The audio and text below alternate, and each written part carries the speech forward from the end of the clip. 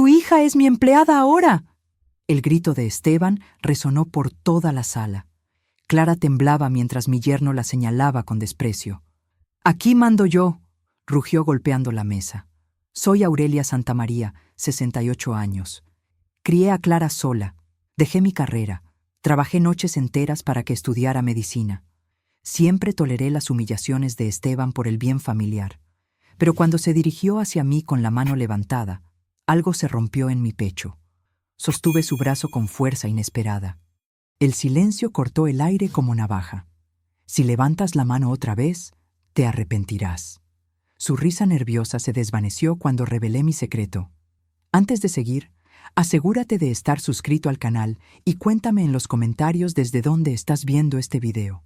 Nos encanta saber hasta dónde llegan nuestras historias. Esteban perdió completamente el control esa tarde del martes. Había llegado del trabajo con esa cara que ya conocía, la mandíbula tensa, los ojos inyectados. Clara acababa de servirle la cena cuando él estalló sin razón aparente. «¡Estoy harto!», gritó, levantándose bruscamente de la silla. «Harto de que esta casa parezca un manicomio». Sentí como si el aire se hubiera cortado de golpe. El silencio se petrificó a nuestro alrededor.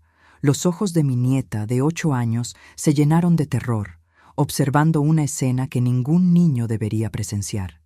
Clara intentó calmarlo con voz temblorosa. «Esteban, por favor, baja la voz. Los niños...» «¡No me digas qué hacer!». Su respuesta fue como un latigazo. «En mi propia casa no me van a decir cómo comportarme». Pero entonces giró hacia mí. Sus ojos brillaban con una rabia que parecía acumulada durante años. «¿Y tú?», me señaló con el dedo índice como si fuera una criminal. «Tú eres el problema. Siempre metida, siempre manipulando a Clara contra mí». Las palabras me golpearon como bofetadas. Después de todo lo que había hecho por esta familia, después de haber criado prácticamente sola a sus hijos mientras él viajaba por trabajo. «Aquí mando yo», rugió, golpeando la mesa con tanta fuerza que los platos saltaron. El sonido resonó por toda la casa. Y se van a acostumbrar. Sus gritos buscaban intimidarnos, someternos completamente. Quería que nos sintiéramos pequeñas, indefensas. Recordé en ese momento todos los años que me había quedado callada, todas las veces que había tragado comentarios hirientes, miradas despectivas, gestos de desdén. Siempre por mantener la paz, siempre por el bien de la familia. Una armonía que ahora me daba cuenta, nunca había existido realmente. «Clara es mi empleada ahora», declaró con una sonrisa cruel. «Hace lo que yo digo, cuando yo digo, y punto». Mi hija se encogió como si hubiera recibido un golpe físico. La estaba reduciendo a un objeto, a algo desechable sin identidad propia. Fue en ese preciso instante cuando algo se rompió dentro de mi pecho. Era como si hubiera sentido una grieta profunda, el punto exacto donde la paciencia muere y la dignidad despierta. Después de 68 años, algo había cambiado para siempre. Esteban avanzó hacia mí con paso firme, sus puños cerrados, la cara desfigurada por la ira. En sus ojos vi la intención clara. Iba a golpearme para reafirmar su dominación sobre esta casa. Pero cuando su mano se alzó en el aire, mi brazo se movió por instinto. Sostuve su muñeca con una fuerza que ni yo sabía que poseía. Una fuerza que lo dejó completamente helado. El piso pareció temblar. El choque colectivo llenó la sala mientras toda la familia presenciaba que se había roto un límite. Por primera vez en años, alguien le había plantado cara a Esteban. Lo miré directo a los ojos, sin parpadear, sin temblar. «Si levantas la mano otra vez, te arrepentirás profundamente». Mi voz salió serena pero cortante, como una hoja afilada que atraviesa el silencio. No había súplica, no había miedo, solo una advertencia clara y definitiva. Esteban soltó una risa nerviosa, tratando de recuperar el control. Intentó liberar su brazo, pero yo no cedí ni un centímetro. «¿En serio, vieja? ¿Me vas a amenazar en mi propia casa?». Fue entonces cuando decidí revelar mi último secreto. Las palabras salieron sin dudar ni un segundo. «Instalé una cámara oculta ayer. Todo está grabado claramente». Su rostro cambió por completo. El color se desvaneció de sus mejillas, sus manos comenzaron a temblar involuntariamente. Vi cómo toda su estrategia de poder se desmoronaba visiblemente ante la verdad. Clara rompió en llanto silencioso. Las lágrimas rodaban por sus mejillas mientras asimilaba que todo este abuso nunca había sido un incidente aislado. Era un patrón, una rutina que había normalizado sin darse cuenta. El resto de la familia evitaba mirarme directamente. En sus rostros vi una mezcla de miedo y vergüenza colectiva. Sabían que habían sido testigos silenciosos de años de humillación. Solté el brazo de Esteban y saqué lentamente de mi bolsillo la pequeña tarjeta de memoria de la cámara. La sostuve entre mis dedos como un símbolo invisible del poder que acababa de recuperar. En el aire espeso de esa sala se gestaba algo nuevo. Había nacido una ruptura definitiva entre el silencio que había guardado durante décadas y la coraje que acababa de despertar. Después del enfrentamiento, caminé hacia mi cuarto con el corazón pesado como una piedra. Cada paso resonaba en el pasillo silencioso mientras mi mente comenzaba a recordar todas las décadas que había sacrificado en silencio por esta familia. Me senté en el borde de mi cama y las memorias llegaron como una avalancha. Recordé cuando dejé mi trabajo estable en la oficina de contabilidad para cuidar a mi madre durante su larga enfermedad. Fueron 5 años seguidos limpiando, cocinando, llevándola al médico, sin un día de descanso. 5 años en los que mi carrera se desvaneció mientras ella se consumía lentamente. Después vino Clara, mi niña brillante que soñaba con ser doctora. Abandoné por completo cualquier posibilidad de retomar mi vida profesional para garantizar que pudiera estudiar medicina tranquilamente. Trabajé en 3 empleos diferentes para pagar sus libros, su universidad, sus gastos. Durante la crisis financiera del 2008, vendí las pocas joyas que había heredado de mi abuela para pagar el alquiler. Los aretes de perlas, la pulsera de oro, el anillo de diamante pequeño. Todo se fue para mantener el techo sobre nuestras cabezas. Las noches se volvieron eternas cosiendo ropa para las señoras del barrio. Mis dedos sangraron más de una vez por las agujas. Mis ojos se cansaron bajo la luz tenue. Pero necesitaba complementar los ingresos insuficientes que apenas cubrían lo básico. Cuando Esteban se enfermó de hepatitis el 2.º año de matrimonio, fui yo quien lo cuidó durante 3 meses. Le preparaba caldos especiales, le daba sus medicinas, lo llevaba a consultas médicas. Sus agradecimientos siempre sonaron vacíos, como si fuera mi obligación natural atenderlo. Después llegaron los nietos. Mientras Clara y Esteban viajaban por negocios cada fin de semana, yo me quedaba cuidando a la pequeña Sofía. Cambié pañales, desperté en madrugadas, la consolé cuando lloraba por sus padres ausentes. Durante todos estos años, toleré comentarios machistas que me hacían sentir invisible. Las mujeres de tu generación sí saben cocinar, decía Esteban. No como las de ahora que solo saben quejarse. Su desprecio velado se escondía detrás de falsos cumplidos. Acepté ser vista como la ayudante de la familia y no como una persona completa con necesidades propias. Era la que lavaba, planchaba, cocinaba, limpiaba. Nunca la que merecía descanso o consideración. Guardé todas mis molestias en silencio para evitar conflictos familiares que parecían interminables. Cada vez que quería protestar, pensaba en mantener la paz, en no dividir a la familia. Ahora, sentada en mi cama, percibía claramente el patrón antiguo de explotación emocional y financiera que había durado décadas. Era una estructura perfectamente diseñada donde yo daba todo y recibía migajas disfrazadas de gratitud. Clara siempre había creído que yo era demasiado fuerte para sufrir, como si la fortaleza fuera una armadura que me protegiera del dolor, como si no tuviera sentimientos que pudieran lastimarse. Esteban había usado esa supuesta fuerza como excusa para sus abusos disfrazados. Aurelia puede con todo, decía cuando me cargaba de responsabilidades. A ella no le molesta, es así de generosa. Me di cuenta de que había alimentado esta dinámica injusta creyendo que era amor. Pensé que sacrificarme por ellos era la forma correcta de demostrar cariño, que una buena madre, una buena abuela, siempre se pone al último. También entendí que Esteban temía perder todas las comodidades que yo le proporcionaba. La comida casera, la casa limpia, el cuidado gratuito de los niños, el apoyo económico cuando lo necesitaba. Por eso su reacción había sido tan violenta cuando lo confronté. Recordé las incontables noches que me quedé despierta cuidando a Sofía mientras ellos salían con amigos a cenar, al cine, a fiestas. «Solo será un rato, mamá», decía Clara. Ese rato se convertía en madrugadas enteras. Recordé los domingos familiares donde Esteban se quejaba de todo lo que yo cocinaba. «Está muy salado, está muy dulce, la carne está dura». Nunca un gracias sincero, nunca un reconocimiento genuino. Recordé cómo Clara había cambiado después del matrimonio. La niña, segura de sí misma, se fue volviendo más pequeña, más temerosa, más dependiente de la aprobación de su esposo, como si hubiera perdido pedazos de su personalidad en el camino. Reconocí mi culpa por no haber impuesto límites mucho antes, por haber permitido que me trataran como un mueble útil en lugar de como un ser humano con dignidad.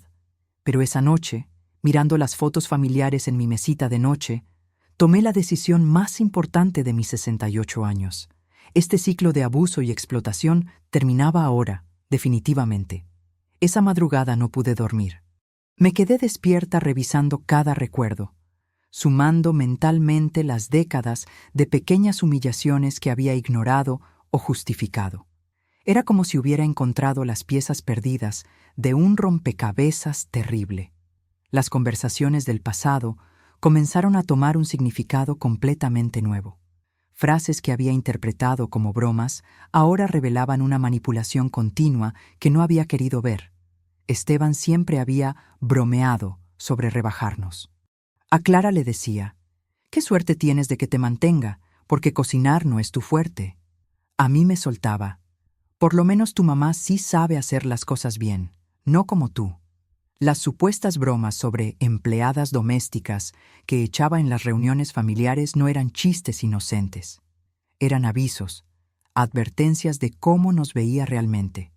Nadie había querido reconocer la crueldad que se escondía detrás de esas risas forzadas.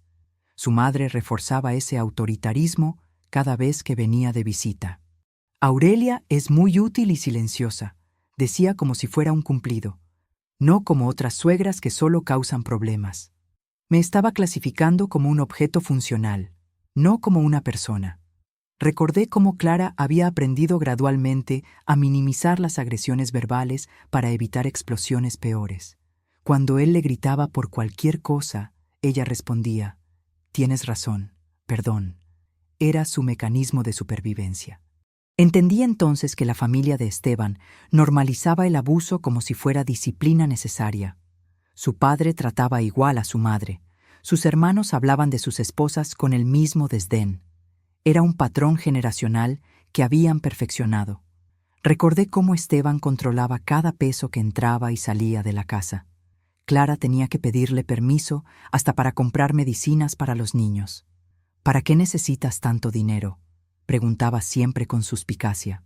El patrón era clásico: aislamiento progresivo, desvalorización constante y control del poder financiero.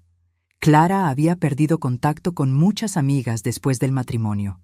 Yo había dejado de frecuentar a las vecinas por mantener la armonía familiar. Esta situación nunca había sido accidental. Todo estaba perfectamente organizado para mantenernos controladas y dependientes. Esteban había construido meticulosamente un sistema donde él tenía todo el poder. Al día siguiente busqué a doña Mercedes, mi vecina de toda la vida. Necesitaba confirmación externa de lo que estaba descubriendo. «Aurelia, perdóname por no haberte dicho antes», me confesó con lágrimas en los ojos. «He escuchado discusiones violentas en tu casa durante años. Los gritos de ese hombre se oyen hasta la calle». Sus palabras me confirmaron lo que temía. No estaba enloqueciendo ni exagerando. El abuso era real y había sido visible para otros durante mucho tiempo. Sentí una mezcla extraña de culpa y lucidez dolorosa. Culpa por haber sido tan ciega, pero también alivio por finalmente ver la realidad con claridad. Esa tarde, mientras limpiaba el escritorio de Esteban, descubrí recibos ocultos que me helaron la sangre. Gastos en restaurantes caros, compras de ropa, pagos de casino.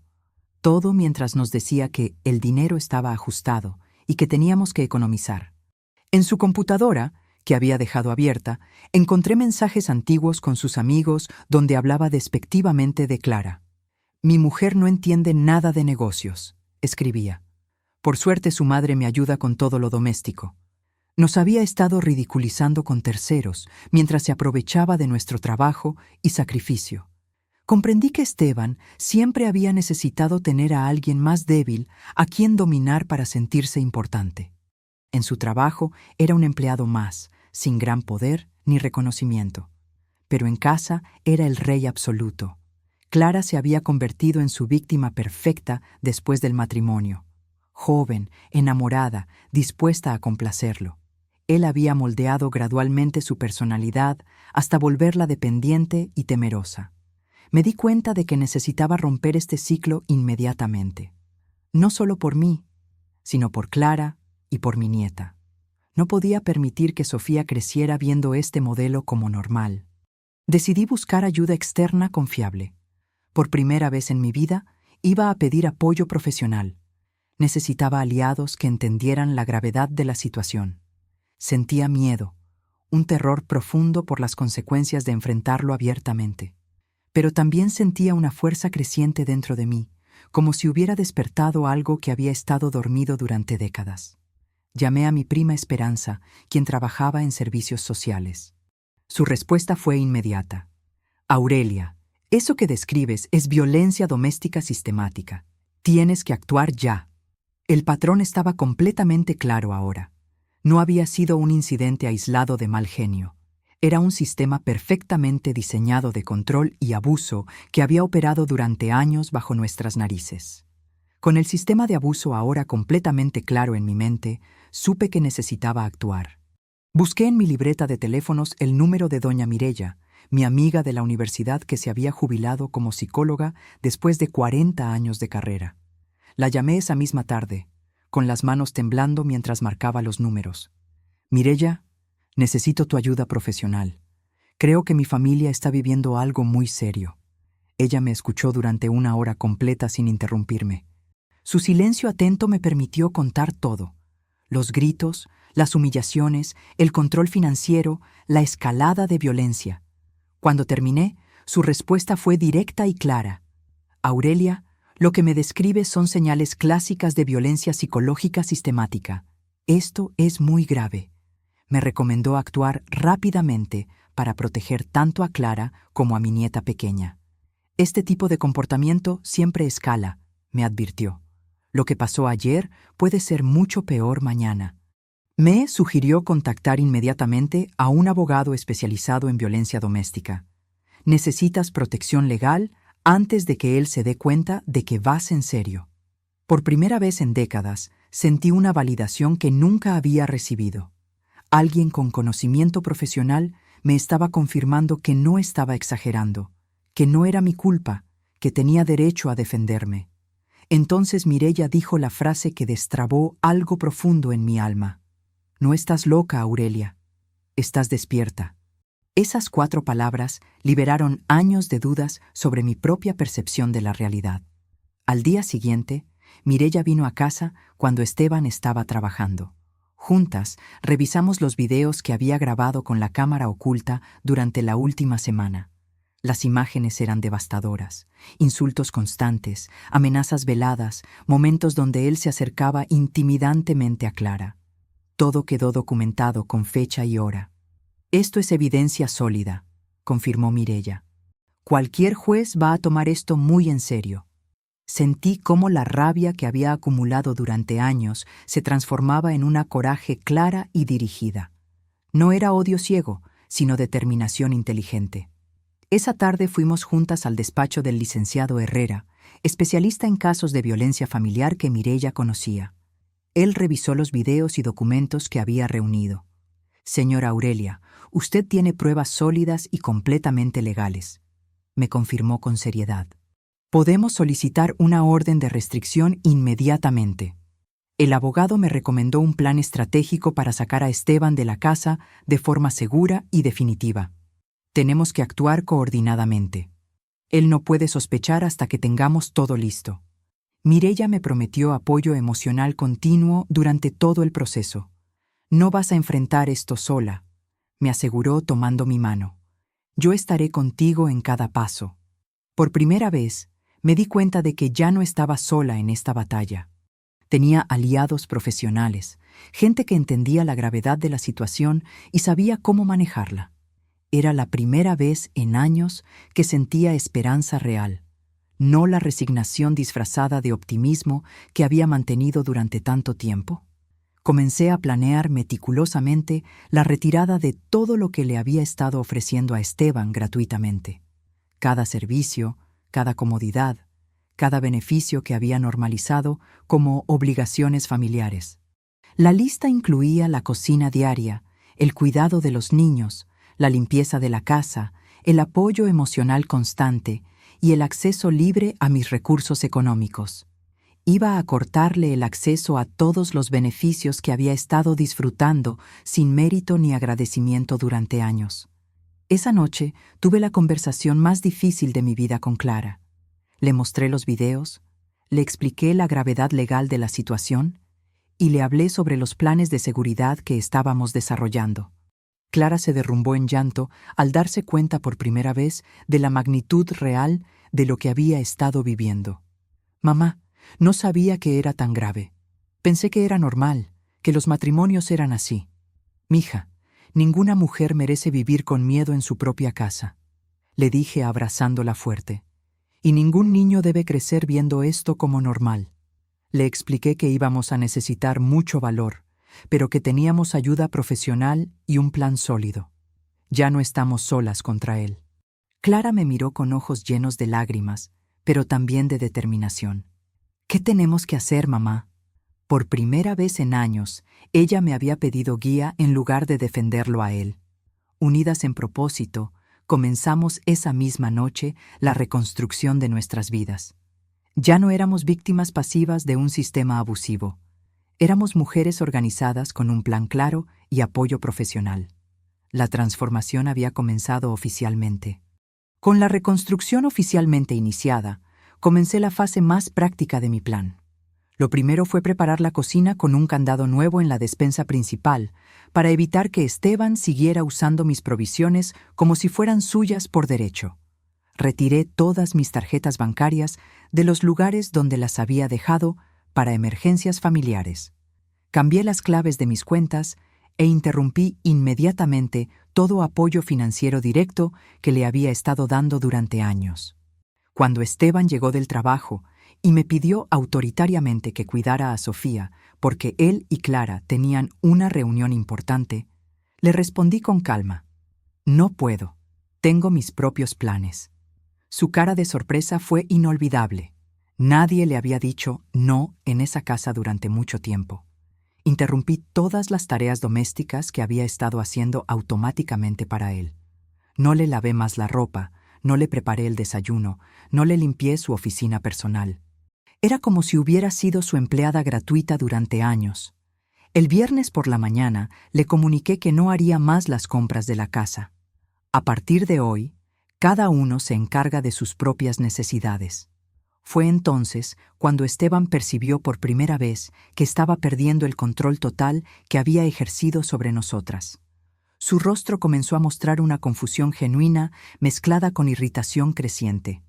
Clara observaba en silencio esta transformación poderosa de su madre.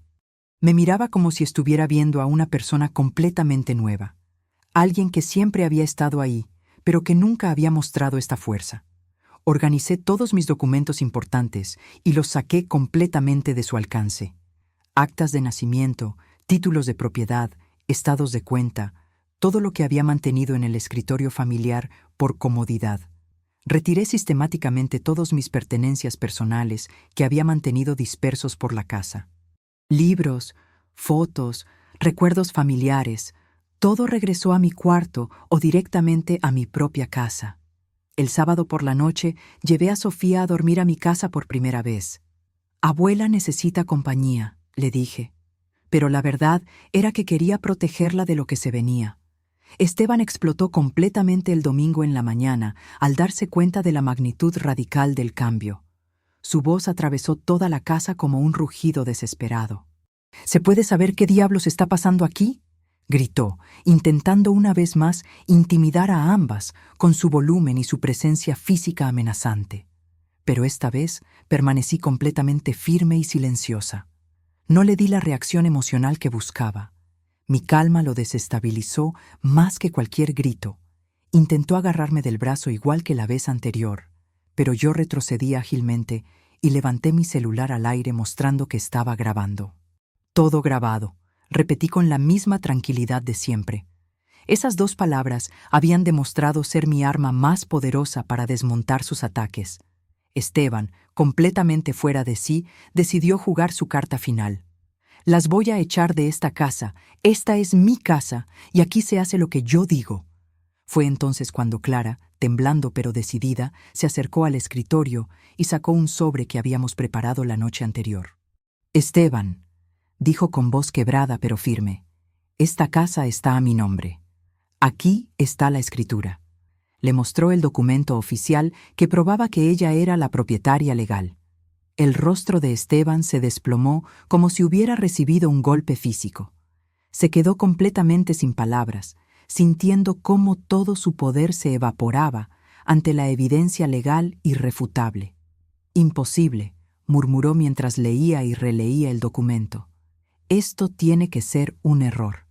No es ningún error, le respondí. La casa siempre estuvo a nombre de Clara. Tú solo vivías aquí por cortesía. Su mundo de control absoluto se estaba desmoronando pedazo por pedazo ante sus propios ojos. Para completar el golpe final, me acerqué a él con toda la serenidad del mundo y le anuncié: la policía ya fue avisada sobre tu comportamiento violento. Tienen copias de todos los videos. ¿Qué videos?, preguntó con voz estrangulada, aunque ya sabía perfectamente de qué hablaba. Los que grabé durante semanas. Cada grito, cada amenaza, cada momento de intimidación. Todo está documentado legalmente. El silencio que siguió fue ensordecedor. Esteban miraba alternadamente el documento de propiedad, mi celular y nuestras caras decididas. Por primera vez en años, esta casa había dejado de ser su territorio de dominación absoluta. Con su territorio de poder perdido, Esteban intentó un último ataque verbal desesperado para recuperar el dominio que había ejercido durante años. Su voz cambió a un tono calculadamente dolido, como si él fuera la verdadera víctima. «Clara, ¿no ves lo que está haciendo tu madre?», le dijo con dramatismo exagerado. «Te está envenenando emocionalmente contra mí. Está destruyendo nuestra familia». Pero yo estaba preparada para esa manipulación. Saqué mi tablet y le mostré los videos más claros de sus amenazas anteriores. Su propia voz gritando, su propia imagen intimidando, sus propias palabras humillándonos. Aquí tienes el veneno real, Esteban. Tu propia violencia documentada. Al ver las imágenes irrefutables de su comportamiento, perdió completamente el discurso preparado. Se quedó mudo, con la boca abierta, incapaz de negar lo que estaba viendo con sus propios ojos. Fue entonces cuando Clara, por primera vez en años, habló sin que le temblara la voz. Se dirigió directamente a él, mirándolo a los ojos. «Esteban, he tenido miedo de ti durante mucho tiempo. Miedo de tus gritos, de tus humillaciones, de nunca saber qué te iba a molestar». Sus palabras salían como agua contenida durante años que finalmente encontraba su cauce. Reveló todo el miedo que había mantenido escondido para mantener la paz. Tenía miedo de que gritaras delante de los niños. Tenía miedo de decir algo equivocado. Tenía miedo de que mi propia madre se convirtiera en tu próximo blanco. Esteban, desesperado, intentó una estrategia diferente. Comenzó a llorar de forma teatrical, con sollozos exagerados que sonaban completamente falsos. «Perdóname, mi amor. No sabía que te sentías así. Puedo cambiar, te lo prometo. Solo dame una oportunidad». Pero yo desenmascaré su estrategia inmediatamente. «Clara, ¿cuántas veces has escuchado esas mismas palabras después de cada episodio?». Mi hija asintió con lágrimas reales corriendo por sus mejillas. «Demasiadas, mamá, demasiadas». En un acto desesperado, Esteban trató de usar a Sofía como su último recurso emocional. ¿Y qué va a pasar con la niña? Ella me necesita. Soy su papá. Clara se plantó firme ante esa manipulación. No te vas a acercar a mi hija hasta que demuestres que puedes controlar tu violencia. Está prohibido. Yo me acerqué a él lentamente, con toda la dignidad que había recuperado durante estas semanas de preparación. Tu violencia ya no manda más en esta casa, Esteban. Se acabó para siempre. Él intentó ridiculizar mi declaración con una risa forzada y nerviosa. ¿En serio, vieja? ¿Tú me vas a decir qué hacer? No soy yo quien te lo dice, respondí con calma absoluta. Es la ley. Ya presenté el registro policial con todas las pruebas. Está protocolado oficialmente. Su rostro se descompuso por completa al entender que esto ya había trascendido el ámbito familiar. Era un asunto legal que no podía controlar ni manipular. Intentó dirigirse hacia la puerta principal, probablemente para salir y enfriar la situación como había hecho otras veces. Pero cuando abrió la puerta, se encontró cara a cara con el oficial Martínez de la policía local. «¿Señor Esteban Morales?», preguntó el policía con autoridad profesional. «Tenemos una orden de alejamiento temporal. Tiene que acompañarnos». Esteban fue oficialmente removido de la casa por medida preventiva mientras se procesaba la denuncia formal que habíamos presentado. Los vecinos observaban toda la escena desde sus ventanas y puertas. Su reputación en el barrio, que tanto había cuidado, se desplomó públicamente en cuestión de minutos. Cuando la patrulla se alejó con él adentro, Clara se derrumbó completamente. Lloró como no la había visto llorar desde que era una niña pequeña. La abracé contra mi pecho como no lo había hecho en décadas. Sentí su cuerpo pequeño y frágil temblando entre mis brazos, liberando años de tensión acumulada. «Ya pasó, mija. Ya pasó», le susurré mientras acariciaba su cabello. «Ahora estamos seguras». Por primera vez en años, el silencio en esa casa no era tenso ni amenazante. Era paz genuina. Sofía bajó corriendo desde su cuarto donde había estado escondida durante todo el confronto. «Abuela, ¿ya se fue el señor que gritaba?» «Sí, mi amor, ya se fue para siempre». En ese momento exacto, nuestra verdadera libertad comenzó. Con nuestra libertad recién conquistada, el licenciado Herrera nos citó en su oficina al día siguiente para orientar a Clara sobre todos sus derechos legales y las medidas de seguridad inmediata que debíamos implementar. «Señora Clara, usted tiene derecho a vivir sin violencia. La ley la protege completamente», le explicó mientras revisaba toda la documentación que habíamos preparado. El pedido de orden de protección fue concedido de manera extraordinariamente rápida. El juez revisó las pruebas en menos de 24 horas y aprobó la medida cautelar sin dudarlo. Esteban perdió oficialmente todo derecho de aproximación a la casa, a Clara, a los niños y a mí. No podía acercarse a menos de 200 metros de ninguna de nosotras. Él intentó contestar la orden a través de su propio abogado, argumentando que las acusaciones eran exageradas. Pero las pruebas que presentamos eran absolutamente contundentes. El juez Ramírez observó personalmente los videos que yo había registrado durante semanas. Su expresión se endurecía con cada escena de intimidación y amenaza verbal. «Este comportamiento constituye violencia psicológica sistemática», declaró desde el estrado. «La orden de protección se mantiene indefinidamente». Clara recibió apoyo inmediato de la trabajadora social María Elena, quien la orientó sobre recursos disponibles para víctimas de violencia doméstica. «Usted no está sola en esto», le aseguró. «Hay una red completa de apoyo para ayudarla a reconstruir su vida».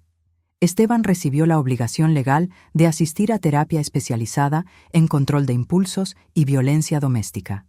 Era requisito obligatorio si quería tener alguna posibilidad futura de acercamiento supervisado a su hija. La familia de Esteban intentó contactar a Clara de manera manipulativa a los pocos días. Su madre la llamó llorando, diciéndole que estaba exagerando y que los hombres a veces pierden los estribos. Pero yo bloqueé inmediatamente todos sus números telefónicos. No íbamos a permitir que continuara el ciclo de manipulación desde otros frentes. El tribunal reconoció formalmente el patrón de comportamiento abusivo sistemático que había documentado meticulosamente. no fue considerado como problemas matrimoniales normales, sino como violencia doméstica real. Esteban perdió completamente el control financiero que había ejercido sobre los gastos de la casa durante años. Todas las cuentas bancarias quedaron bajo el control exclusivo de Clara. Por primera vez en su vida adulta, Clara asumió la dirección total de sus propias decisiones. Era aterrador, pero también liberador verla tomar las riendas de su existencia. Yo sentía una mezcla extraña de deber cumplido y dolor profundo. Había logrado proteger a mi familia, pero el costo emocional había sido enorme. Años de sufrimiento silencioso finalmente salían a la superficie. El licenciado Herrera nos sugirió iniciar inmediatamente el proceso legal de separación matrimonial. Con las pruebas que tenemos, será un procedimiento sencillo y rápido. Clara, temblando pero decidida, firmó todos los documentos necesarios esa misma tarde. Quiero empezar de nuevo, mamá. Quiero que Sofía crezca en una casa sin miedo. Cuando Esteban fue notificado oficialmente sobre la demanda de divorcio, reaccionó con una furia que pudimos escuchar desde 3 cuadras de distancia. Sus gritos llegaron hasta nuestra casa a través de sus conocidos del barrio. Intentó contactarnos desesperadamente a través de mensajes, llamadas desde números desconocidos y hasta enviando cartas. Todo estaba legalmente prohibido por la orden de restricción, pero yo registré meticulosamente cada una de estas tentativas de contacto ilegal. Cada mensaje de voz amenazante, cada carta manipulativa, cada intento de violar la orden judicial. Estas nuevas pruebas de violación de la orden de protección fortalecieron nuestro caso legal de manera decisiva. El patrón de no respetar límites legales quedó perfectamente documentado. El licenciado Herrera sonrió al revisar toda la evidencia adicional. Señora Aurelia, usted ha construido un caso jurídico impecable. Cualquier juez va a fallar a su favor. Por primera vez en décadas, la justicia comenzaba a equilibrar la balanza que había estado inclinada durante tanto tiempo hacia el lado del abusador. Con la balanza de la justicia finalmente equilibrándose a nuestro favor, las consecuencias para Esteban comenzaron a manifestarse en todas las áreas de su vida. La primera en verse afectada fue su reputación profesional cuando las denuncias llegaron hasta su lugar de trabajo. El gerente de recursos humanos de la empresa constructora donde trabajaba recibió una copia oficial del expediente judicial. Las políticas corporativas sobre violencia doméstica eran muy claras. Cualquier empleado involucrado en estos casos debía ser investigado inmediatamente. Sus colegas, que siempre lo habían visto como el hombre de familia ejemplar, comenzaron a alejarse rápidamente cuando se enteraron de los detalles. Las conversaciones se cortaban cuando él llegaba. Las invitaciones a almorzar desaparecieron. El ambiente laboral se volvió frío y distante. Nunca imaginé que Esteban fuera capaz de algo así, comentaba su compañero de oficina. Siempre hablaba tan bien de su familia. La empresa inició una investigación formal sobre su comportamiento agresivo, especialmente después de que varios empleados reportaran episodios de maltrato verbal que habían presenciado en reuniones de trabajo. Como resultado directo, perdió el cargo de supervisión que había ocupado durante 5 años. Sus responsabilidades fueron redistribuidas entre otros empleados mientras se resolvía su situación legal. La semana siguiente recibió una suspensión laboral temporal sin goce de sueldo. La carta oficial mencionaba conducta incompatible con los valores empresariales como motivo principal. Los vecinos del barrio comenzaron a comentar abiertamente sobre episodios anteriores que habían presenciado, pero que nunca se habían atrevido a reportar. Historias de gritos nocturnos, peleas en el jardín, momentos donde había visto a Clara con moretones que él explicaba como accidentes domésticos. Esteban intentó desesperadamente reconstruir su imagen pública, visitando a conocidos del barrio para dar su versión de los hechos. Pero ya era demasiado tarde. La evidencia documentada era irrefutable. Está tratando de convencer a todo el mundo de que Clara y su madre exageraron todo, me contó doña Mercedes. Pero ya nadie le cree. Sus propios padres, en un intento desesperado de proteger la reputación familiar, culparon públicamente a Clara y a mí por destruir el matrimonio. Su madre llegó al extremo de decir que yo había manipulado a Clara contra su esposo. Pero las pruebas documentadas desmontaron completamente cualquier narrativa falsa que intentaran construir. Los videos no mentían, las grabaciones eran claras, los testimonios de vecinos coincidían perfectamente. Sus amigos más cercanos comenzaron a rechazar involucrarse en el drama. Cuando Esteban les pidió que testificaran a su favor, la mayoría encontró excusas para mantenerse al margen. No queremos meternos en problemas de familia, fue la respuesta más común que recibió. Legalmente, tenía prohibido contactarnos directamente, pero intentó enviar cartas de disculpa a través de terceros. Quería pedir perdón y arreglar las cosas, pero cualquier comunicación indirecta también violaba la orden de restricción. Envió una carta melodramática de 6 páginas donde se describía como un hombre que había cometido errores y que merecía una segunda oportunidad. La carta llegó sin remitente admitido a través del buzón de una vecina. Cuando recibí esa carta, simplemente la guardé sin abrirla. Se la entregué directamente al licenciado Herrera como evidencia adicional de violación de la orden judicial. Cada intento de contacto fortalece nuestro caso, me explicó el abogado. Está demostrando que no respeta los límites legales. Mientras Esteban enfrentaba las consecuencias de sus actos, Clara comenzó su proceso de terapia psicológica para recuperar la autoestima que había perdido durante años de maltrato sistemático. Es increíble lo pequeña que me había vuelto, me confesó después de su tercera sesión. Había olvidado completamente quién era antes de casarme. La psicóloga le explicó que la recuperación sería gradual, pero que tenía excelentes posibilidades de sanarse completamente del trauma emocional sufrido. Esteban comenzó a percibir gradualmente que había perdido no solo a su familia, sino también todo el control que había ejercido durante años. Su mundo cuidadosamente construido de dominación se desmoronaba pieza por pieza. Por primera vez en su vida adulta se enfrentaba a la soledad real. Sin una familia que controlar, sin colegas que lo respetaran, sin amigos dispuestos a apoyarlo, su red de relaciones se había evaporado. Las noches en su departamento alquilado eran largas y silenciosas. No tenía a nadie a quien gritar, a nadie a quien culpar, a nadie sobre quien ejercer poder. Las consecuencias habían llegado tarde, mucho más tarde de lo que debería haber sido, pero finalmente habían llegado. El karma, como dicen, no perdona. Yo observaba todo este proceso desde la distancia segura que la ley me proporcionaba. No sentía odio hacia él. Esa emoción destructiva había sido reemplazada por algo mucho más poderoso. Sentía un alivio profundo y liberador. La justicia emocional que había buscado durante décadas finalmente estaba cumpliendo su ciclo natural. Mientras la justicia emocional completaba su ciclo, Clara comenzó el proceso más importante de su vida: reconstruirse a sí misma. Su primera decisión fue inscribirse en un curso de actualización profesional en medicina familiar que había estado posponiendo durante años. «Quiero volver a ejercer mi carrera», me anunció una mañana mientras desayunábamos juntas. «Quiero ser la doctora que siempre soñé ser». Gradualmente, comenzó a recuperar ese brillo en los ojos que Esteban había apagado tan lentamente que ninguna de las dos nos habíamos dado cuenta. Era como ver renacer a la Clara de antes, pero más sabia y fortalecida. Retomó el contacto con sus amigas de la universidad, relaciones que había abandonado porque Esteban siempre encontraba excusas para que no saliera. Decía que mis amigas eran mala influencia, recordaba con tristeza, que me llenaban la cabeza de ideas tontas. Sus primeras reuniones con ellas fueron emotivas.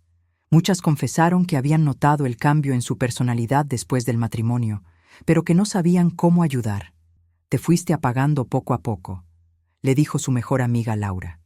«Pero pensamos que era normal del matrimonio, que todas las mujeres casadas se vuelven más tranquilas». Clara comenzó a redescubrir hobbies que había abandonado durante años.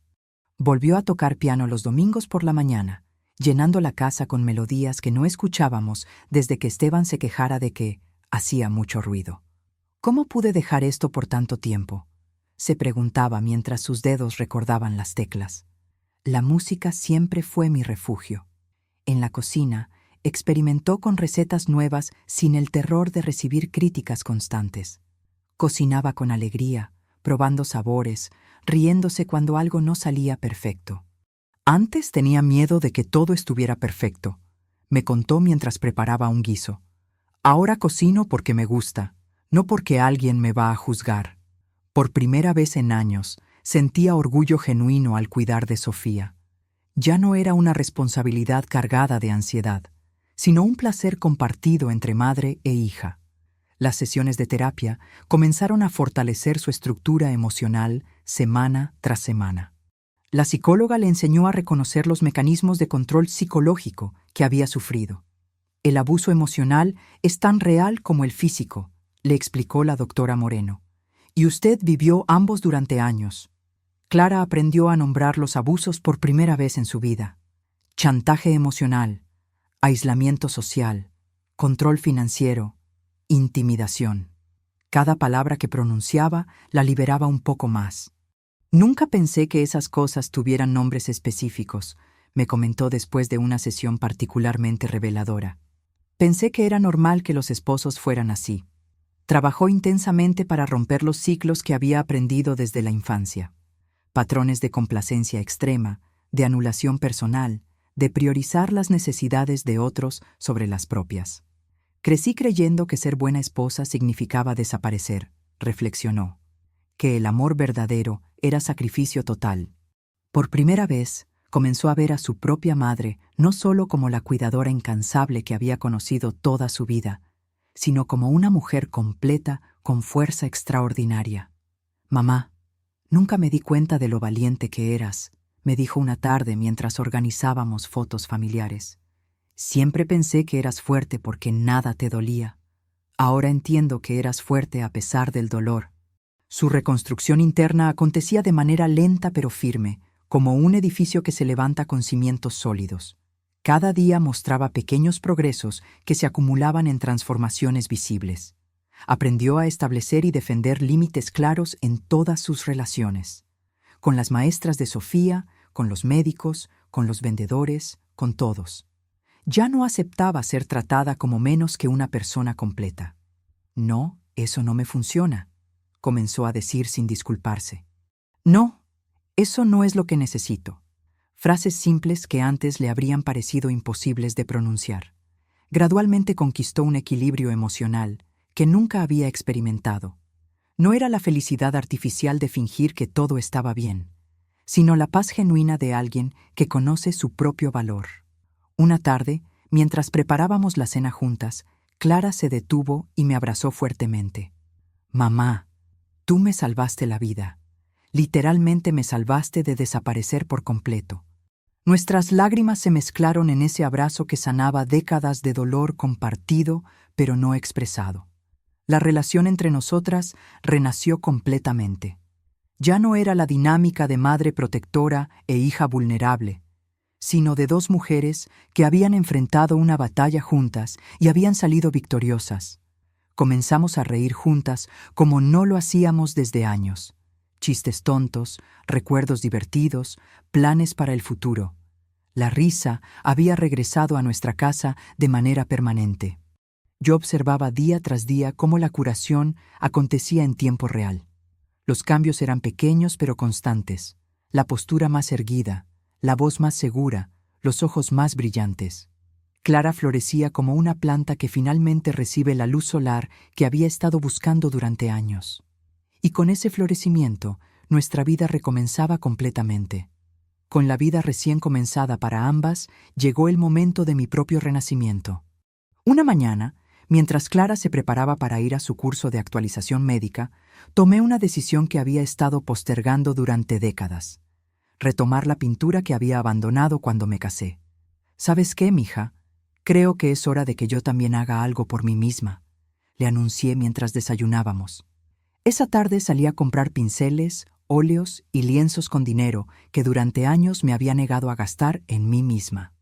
Siempre había encontrado excusas, que era muy caro, que era un lujo innecesario, que había prioridades familiares más importantes. «Hoy me voy a dar este gusto», me dije frente al mostrador de la tienda de arte. «Me lo he ganado». Me inscribí en un taller de pintura para mujeres mayores de 60 años, que se reunía los miércoles en el Centro Cultural del barrio. Era la primera actividad que hacía exclusivamente para mi propio disfrute en más de 30 años.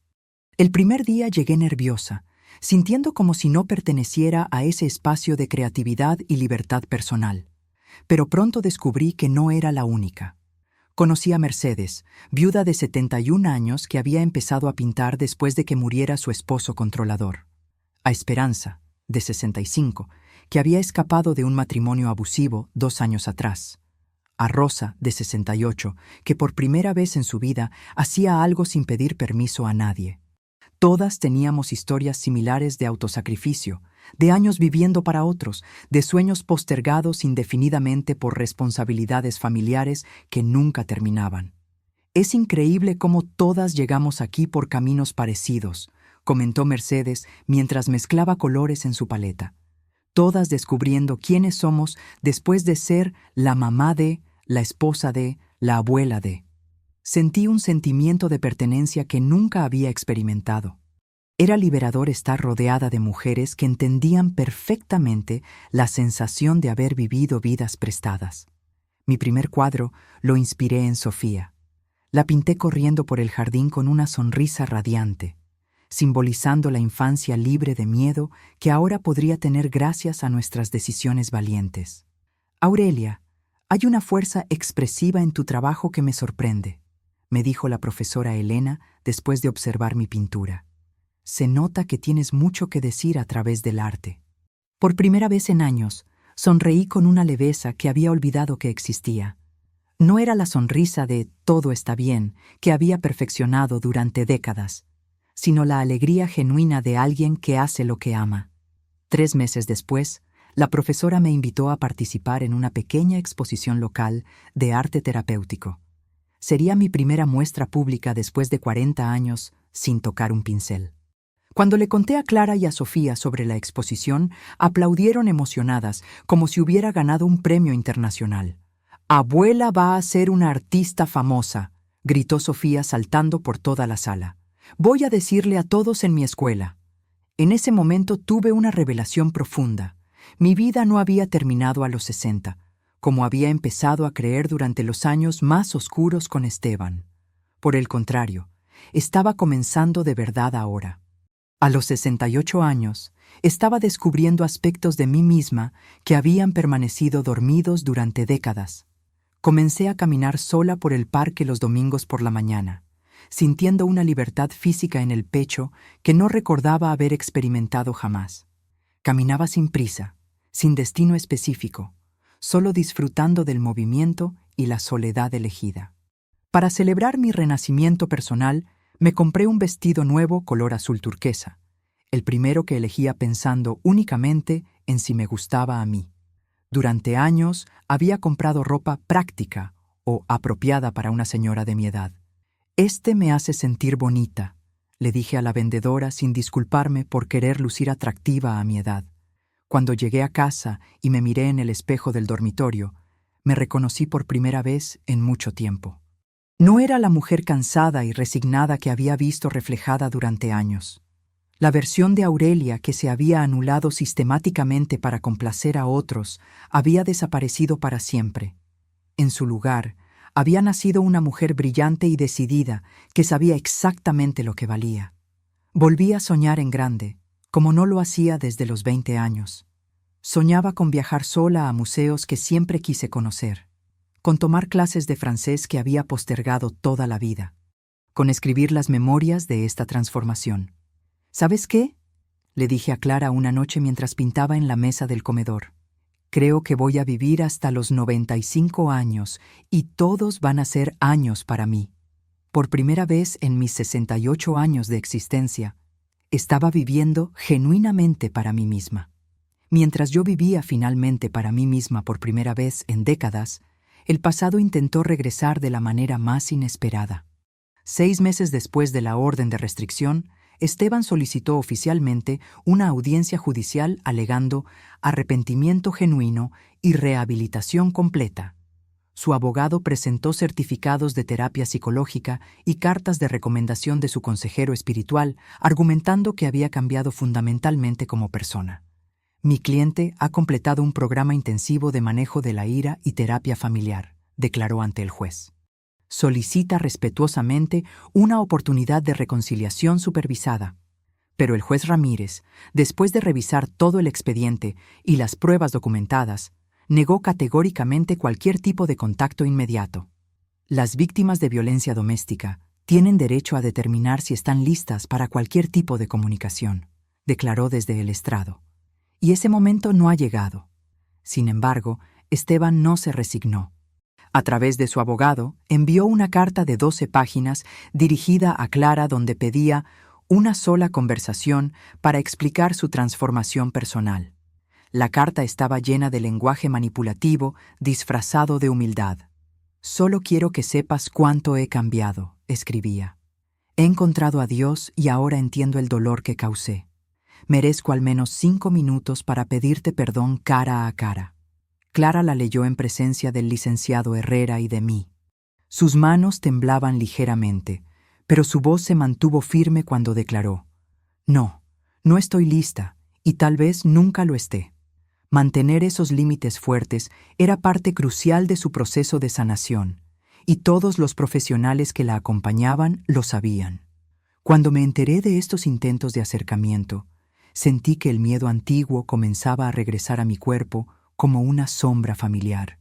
Era como si mi sistema nervioso recordara todos los años de caminar sobre cáscaras de huevo. «Es normal que sientas ansiedad», me tranquilizó Mireya durante una de nuestras sesiones. «Pero tienes que recordar que ahora tienes herramientas y protección legal que antes no tenías». Me orientó sobre la importancia de mantener distancia emocional y física segura, sin importar cuán convincente pudiera sonar su supuesta transformación. «Los abusadores pueden mantener una fachada de cambio durante meses», me explicó.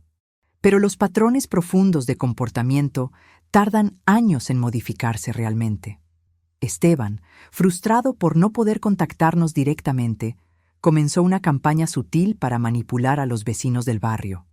Les contaba una versión distorsionada de los eventos, presentándose como víctima de malentendidos familiares. Solo hubo algunos problemas de comunicación, les decía a quienes quisieran escucharlo. Mi suegra exageró todo por celos. Ahora estoy en terapia y quiero recuperar a mi familia. Pero sus mentiras fueron sistemáticamente desmentidas cuando varios vecinos compararon su versión con los documentos oficiales que nosotras habíamos compartido previamente. Doña Mercedes se encargó de mostrarle a todo el barrio copias de la orden judicial y algunos videos que yo había autorizado mostrar. «Aquí está la verdad», les decía. «Esto no fueron malentendidos. Esto fue violencia documentada». Desesperado por cualquier tipo de apertura legal, Esteban intentó una acción judicial completamente infundada, acusándonos de alienación parental y interferencia en sus derechos paternales. Su nuevo abogado argumentó que le estábamos lavando el cerebro a Sofía para que lo rechazara y que nuestras acciones constituían abuso psicológico hacia la menor. Pero el tribunal rechazó estas alegaciones sin fundamento después de revisar el expediente completo. El juez señaló que la protección de menores siempre prevalece sobre los derechos de visita cuando existe violencia documentada. Fue en ese momento cuando Esteban comenzó a percibir que realmente había perdido todo de manera irreversible. Sus estrategias legales se habían agotado, su credibilidad estaba destruida, y la familia que había controlado ahora lo rechazaba unánimemente. Aún así, insistió en su derecho de ver a Sofía al menos una vez al mes. «Es mi hija», argumentaba desesperadamente. «Tengo derechos constitucionales como padre». Clara, fortalecida por meses de terapia y apoyo legal, estableció condiciones muy claras para cualquier contacto futuro. Solo bajo supervisión profesional, en un centro especializado, y únicamente si Sofía expresa deseo de verlo. Esteban aceptó estas condiciones, probablemente esperando que una vez en presencia de su hija pudiera manipular la situación a su favor. Pero durante la primera sesión supervisada se mostró completamente inestable emocionalmente. Intentó cargar a Sofía contra su voluntad, levantó la voz cuando ella no respondía como él esperaba y mostró señales claros de que su rehabilitación era superficial. La psicóloga encargada de supervisar el encuentro observó comportamiento potencialmente agresivo y controlling que la alarmó profundamente. Este señor no ha procesado realmente su problema de control, escribió en su reporte oficial. Muestra patrones manipulativos incluso en un ambiente supervisado. Su recomendación profesional fue ampliar la restricción y suspender cualquier tipo de visita hasta que completara al menos 2 años adicionales de terapia intensiva especializada. Cuando Esteban recibió esta notificación, finalmente percibió su derrota definitiva y absoluta. Ya no había recursos legales disponibles, ya no había estrategias manipulativas efectivas, ya no había esperanza de recuperar el control que había perdido. Clara leyó el reporte de la psicóloga con lágrimas de alivio corriendo por sus mejillas. Por primera vez en años, sintió una paz genuina y duradera. «Ya terminó, mamá», me dijo abrazándome fuerte. «Realmente ya terminó para siempre». Yo solté un suspiro profundo que parecía haber estado conteniendo durante años. Era como liberar aire acumulado en los pulmones después de una apnea emocional que había durado décadas. Las puertas del pasado se cerraron definitivamente esa tarde, y nosotras caminamos hacia adelante sin mirar atrás ni una sola vez. Con las puertas del pasado cerradas definitivamente, comenzó la época más serena de mi vida. Despertaba cada mañana temprano, cuando la luz suave del amanecer entraba por la ventana de mi cuarto con una tranquilidad que nunca antes había experimentado. Cocinaba mi café sin ningún tipo de prisa, escuchando mi música favorita en volumen bajo, disfrutando del silencio opcional que había conquistado después de décadas de ruido obligatorio. Observaba a Sofía durmiendo placenteramente en el sofá de la sala, acurrucada con su osito de peluche, y sonreía con una profundidad que llegaba hasta el alma. Ya no había gritos que la despertaran, ya no había tensión flotando en el ambiente. Todo el caos que había definido nuestras vidas durante años finalmente había quedado atrás, tan distante emocionalmente como si hubiera sido parte de la vida de otra persona. Clara llegaba cada mañana a desayunar conmigo, radiante y llena de energía, trayendo siempre algún plan nuevo para el día. Había retomado completamente su carrera médica y estaba considerando especializarse en medicina familiar. «Quiero ayudar a otras mujeres como nosotras», me decía mientras untaba mermelada en su pan tostado. «Creo que mi experiencia puede ser útil para detectar situaciones de violencia doméstica». Sentía mi corazón ligero como una pluma flotando en brisa suave. Era una sensación física real, como si hubiera estado cargando una piedra en el pecho durante décadas y finalmente me hubiera liberado de ese peso.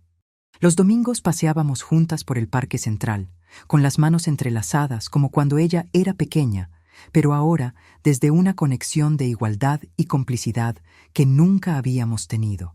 Sofía corría entre las flores del jardín con una alegría pura y contagiosa, gritando de felicidad mientras perseguía mariposas y recogía margaritas para hacer ramos. Observándola jugar sin miedo, sin tensión, sin la sombra de violencia familiar cerniendo sobre su infancia, pensaba constantemente: valió cada batalla, cada momento difícil valió la pena. Ya nada amenazaba la paz que habíamos construido con tanto esfuerzo y coraje.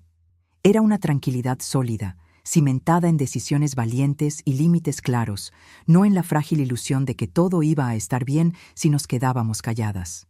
Fue durante una de esas mañanas serenas que tomé la decisión más atrevida de mis 68 años: viajar sola por primera vez en mi vida. Siempre había soñado con conocer Mérida, con sus iglesias coloniales y su rica historia cultural. «¿Sabes qué, Clara? Voy a hacer ese viaje que siempre quise hacer», le anuncié mientras tomábamos café en el jardín. Esa misma tarde fui a la agencia de viajes y compré el boleto de autobús para Mérida. Sería un viaje de una semana, completamente sola, sin responsabilidades familiares, sin horarios que cumplir para nadie más. Clara recibió mi decisión con un orgullo enorme que se reflejaba en sus ojos brillantes. «Mamá, Me parece perfecto. Te lo mereces más que nadie en el mundo. Su apoyo incondicional me llenó de una libertad madura y dulce. No era la rebeldía impulsiva de la juventud, sino la libertad consciente y merecida de alguien que había pagado todos sus precios. La noche antes del viaje, salí al jardín y miré hacia el cielo estrellado con el corazón rebosante de gratitud. Agradecí internamente este renacimiento tardío que me había permitido descubrir quién era realmente, después de tantos años de ser solo, lo que otros necesitaban que fuera. Empaqué mi maleta con ropa cómoda, algunos libros que quería leer, mis pinceles para pintar si encontraba inspiración y mucha esperanza. Llevaba equipaje ligero porque había aprendido que la verdadera libertad viene de necesitar menos, no de tener más.